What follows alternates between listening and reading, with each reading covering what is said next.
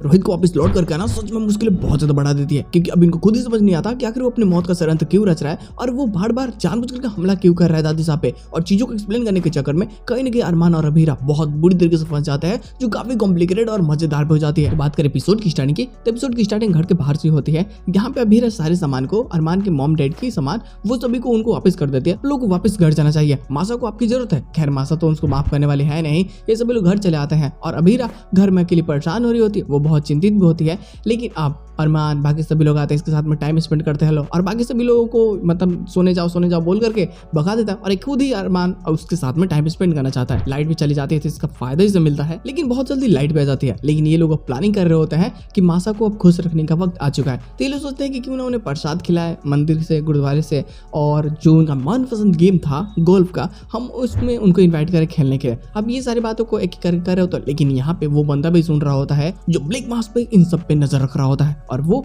यही करता है कि वो गुरुद्वारे से कुछ ऐसी मिठाई लेकर के आता है और उसमें कुछ ऐसी चीजें मिलाता है जो मासा के खाते हैं उनकी तबीयत को और ज्यादा ही बिगाड़ देगा। और हो तभी ऐसा ही, सुबह होते मिठाई लेकर के आता है और मासा को जैसे मिलता है तो वो खा लेती हैं, उनको तो ऑलरेडी वो बहुत पसंद है हलवा।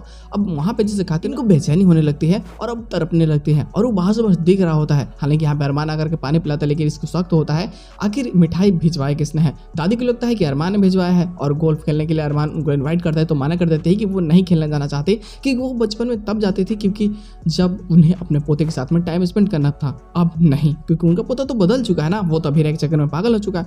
यहाँ पर अरमान भी जाकर के बता देता है अभीरा से कि देखो ऐसी ऐसी बातें हैं और दादी अब हमारी बातों को मानने वाली नहीं है, तो अब करे तो करे क्या।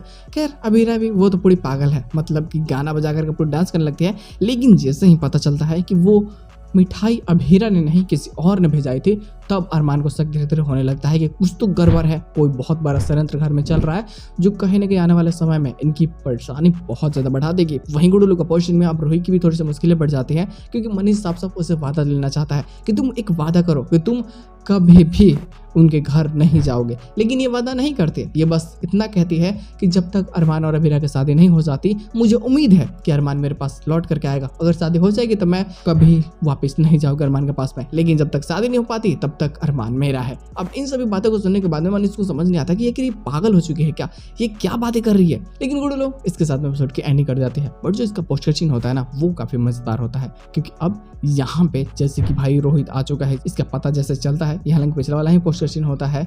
अब रोहित के आने के बाद वो एक्सीडेंट और रोहित का पता चलना, ये सच में ये बहुत बड़ा शॉकिंग होता है उसके लिए। लेकिन जैसे ही इसका कंफर्मेशन अभीरा और अरमान को होता है, सच में चीजें और ज्यादा ही मजेदार हो जाती है। तो देखना तो बेहतरीन होगा ही कि आने वाले प्लॉट्स में और क्या बेहतरीन चीजें देखने को मिलेंगी। लेकिन गुडुलू मजा तो आने वाला है, देखना मजेदार होता है।